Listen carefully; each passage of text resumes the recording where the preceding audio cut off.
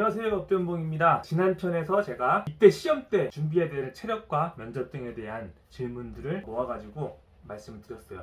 지금부터는 후보생 시절입니다. 여러분들이 사실은 이때 전보다는 이때 해서 이 후보생 시절 여단 생활에 대한 질문들이 훨씬 많았거든요. 대부분 다 중복이 돼서 질문의 개수는 크게 많지 않았어요. 깔끔하게 정리해 드릴게요. 후보생 시절에 가장 궁금해하는 건 크게 두 가지였어요. 주특기 관련된 거, 그 다음에 여단 관련된 거. 하나씩 말씀을 드릴게요. 주특기 배정에 대해서 말씀을 드리겠습니다. 주특기 배정하는 방식에 대해서 알고 싶습니다 라는 질문들이 상당히 많았습니다. 어떻게 되냐면요, 먼저 본인이 원하는 주특기를 지망하는 순서대로 써요. 1, 2, 3, 4. 저희 때는 정작 주특기가 없었기 때문에 4개 주특기 중에 썼거든요. 근데 지금은 정작까지 포함해서 5가지 주특기를 자기가 선호하는 순서대로 쓴다고 합니다. 예를 들면 폭파하기, 의무, 통신, 정작 이런 식으로 씁니다.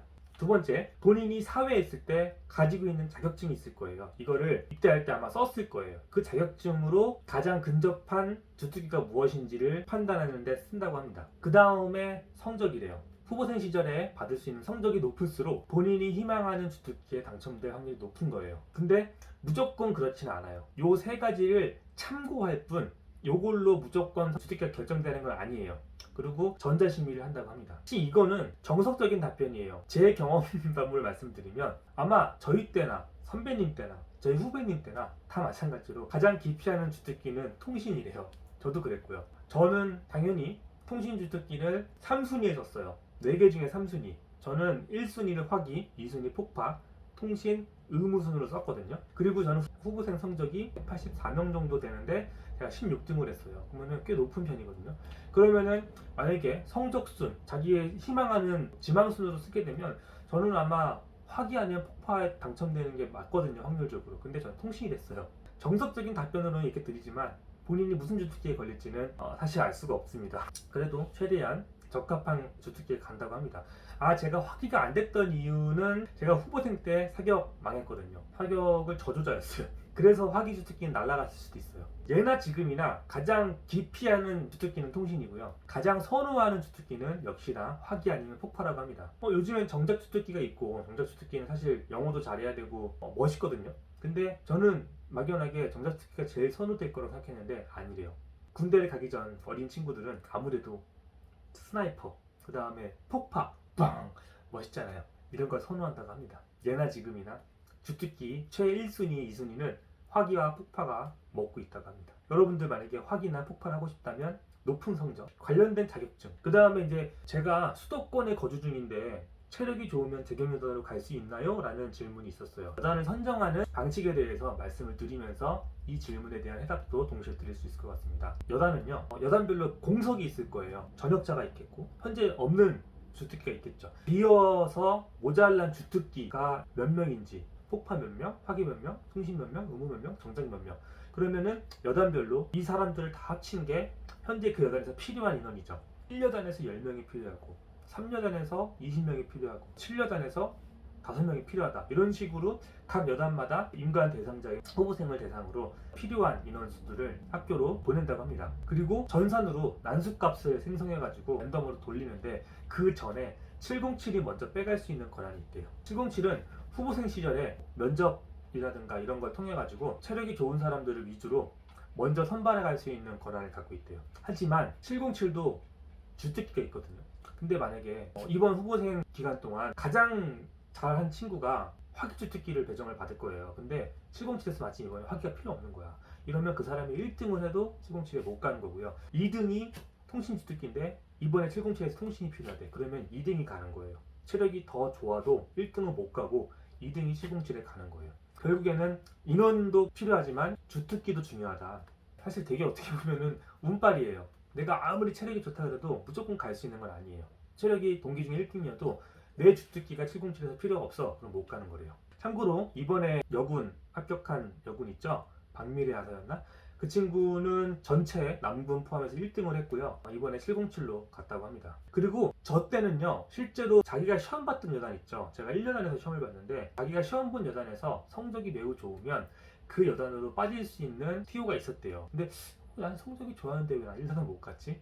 그건 좀 의문이긴 한데 그런 TO가 있었대요. 아마 그때 통신 특기가 필요 없어서 저는 뺑뺑이 돌렸던 것 같아요. 옛날에 이런 게 있었는데 지금은 그런 건 없어졌다고 합니다. 그래서 내가 지원한 여단에 가려고 체력이라든가 성적을 좋게 받는다고 갈 수 있는 건 지금은 없다. 후보생 때 707에 못 갔을 수도 있어요. 아까 얘기한 것처럼 1등인데 내가 해당 주특기가 아니어서 못 갈 수 있죠. 이런 친구들은 여단으로 가서 여단 생활을 하다가 또 707에서 공석이 생기면 여단에서 선발을 하기도 한대요. 그때 다시 지원해서 갈 수 있습니다. 그러니까 여러분들 보시면 이미 후보생 때부터 높은 성적을 가지고 있어야 본인이 원하는 주특기, 원하는 여단을 그래도 100% 원하는 대로 못 가지만 그래도 최대한 원하는 대로 갈 수 있거든요. 만약에 본인이 장기 복무에 꿈이 있다면 좋은 주특기를 받고 복무하기 적합한 여단으로 가는 게 장기 복무에 훨씬 유리하겠죠. 사람들이 주특기는 통신을 가장 싫어한대요. 저희 때도 통신을 가장 싫어하지만 장기 복무할 때는 통신이 제일 유리할 수도 있습니다. 왜냐면 통신이 왜 힘들다고 합니까? 무겁다는 거. 첫 번째 이유죠. 두 번째는 뭡니까? 잠을 못 잔다는 거. 사실 이 두 가지가 가장 큰 이유거든요. 진짜 무거워요. 다른 주특기에 비해서 일단 기본 10kg 이상 무거워요. 이거는 팩트입니다. 근데 통신은 팀별로 3명이거든요. 통신 막내 때는요, 그 무거운 무전기를 메고 또 항상 무전대기를 해야 돼요. 진짜 힘들죠. 잠도 못 자고 무겁습니다. 통신 2가 되면 무전대기에 대한 압박은 벗어나요. 하지만 아직도 무전기가 무거워요. 통신 1이 되면 이 2개 무전기를 투3에게 주고 나면 통신 1은 되게 군장이 되게 가벼워져요. 이때 다른 주특기의 군장 무게랑 비슷해지는 거긴 한데 상대적으로 존나 무거운 거 메다가 갑자기 쪼수들한테 주고 내 군장이 가벼워지니까 날아갈 것 같이 가벼워져요. 통신 1이 되면 군생활이 정말 편해집니다. 너무 군장이 가벼워지거든요. 근데 다른 주특기는 이 군장이 원래부터 그 군장이에요. 통신이 조금 고통스러운 건 사실인데 보세요. 내가 힘들게 하다가 갑자기 조금 가벼워지는 순간 난 날아갈 것 같거든요. 군생활이 급격하게 편해졌다고 생각할 수가 있기 때문에 그 사람들이 심리적으로 군생활이 편하다, 할만하다. 그래서 통신주특기가 장기 복무가 될 확률이 높다고 합니다. 이게 통신주특기를 뽑는 게 아니라 통신주특기가 장기 복무 신청하는 확률이 높다는 거예요. 근데 또 재수가 없으면 우리 중대 장기자가 통신은 1이면 나는 전역할 때까지 통신원이 될 수가 없거든요. 이런 사람들은 전역을 하겠죠.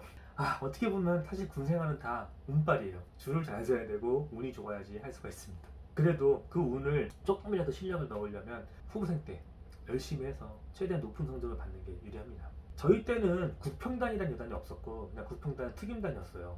근데 지금 구평단이 생기면서 이제 파병 전담 여단이 됐는데 현재 후보생 여러분들이 가장 선호하는 순서가 1순위는 707이래요.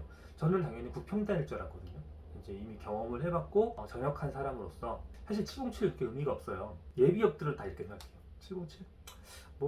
왜냐면 여러분들 군대를 아직 안 가봤거나 이 특전사를 가고 싶어 하시는 분들은 707 그러면 특전사 중에 특전사 이렇게 생각하시는 분들이 많은데 맞는 말이기도 하고 틀린 말이기도 해요. 일단 707에 가려면 여단 수준보다 조금 더 높은 수준의 체력 시험을 통과해야지 707을 지원할 수 있는 기준이 되는데 707에 간다고 여단 사람들보다 무조건 뛰어난 건 아니에요. 여단에도요 진짜 미친 괴물들 진짜 존나게 많습니다. 근데 그냥 707을 안 가는 거예요. 관심이 없어서 그냥 여단이 좋아서. 이런 사람들도 많아요. 그렇기 때문에 707 간다고 여단보다 훨씬 뛰어난 사람들이냐? 그렇기도 하지만 그렇지도 않다는 말이에요. 여단의 수준 떨어지는 사람보다는 당연히 707이 좋아요. 근데 여단에도 정말 수준 높은 사람들이 많거든요. 이 사람들하고 707하고 비교하면은 솔직히 누가 이길지 몰라요. 거의 운빨에 예를 들어 사격을 한다, 체력 시험을 본다, 그날 컨디션이랑 어떤 운빨에 따라 좌우될 정도로 실력은 비등비등하거나 때로는 여단 사람들 훨씬 좋기도 합니다. 그렇기 때문에 무조건 707이 여단에 비해서 높은 전투력을 갖고 있는 건 아니에요. 그래서 저희같이 이제 예비역들은 알기 때문에 707 뭐 의미 없잖아. 오히려 파병을 갈 수 있는 구평단이 더 좋은 것 같은데 라고 생각할 거예요. 구평단 가면 무조건 장기해야지 저라면 그렇게 생각할 수 있는데 아직 여러분들은 군대 생활을 안 해봤죠. 특전 생활을 안 해봤잖아요. 아직까지 1순위는 707이라고 합니다. 2순위는 구평단. 제 말 잘 기억하세요. 구평단이 개꿀이에요.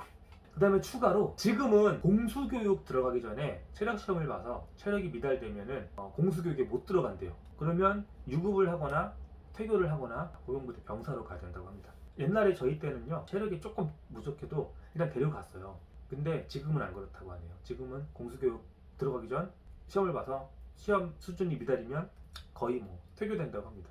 이게 저희 때와 좀 다른 점이고요. 그리고 전체가 18주였는데 15주로 3주 줄었다고 합니다. 그러니까 3주 더 빨리 임관하는 거예요. 체력이 안 된다고 떨어진다? 이게 사실이 되었어요. 저희 때도 그런 소문이 있었거든요. 그래서 항상 불안했어요. 입대하자마자 한번 각 그 과정이 끝날 때마다 한 번씩 시험을 봤거든요. 그때마다 소문이 이때 체력이 안 되면 집에 간다, 집에 간다 이런 얘기가 있었는데도 집에 간 사람 없었어요. 본인이 가고 싶어서 손들지 않는 이상 강제로 보낸 사람 없었거든요. 근데 지금은 공수교육 때 체력이 떨어지면 그러니까 항상 긴장하고 체력 관리 잘 하셔야지 후보생 기간을 버틸 수 있을 것 같아요.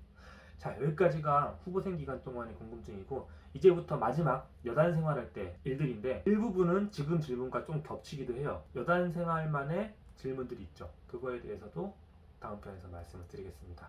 그럼 다음 편에서 뵙는 걸로 하겠습니다. 다음 편에 또 봬요. 감사합니다.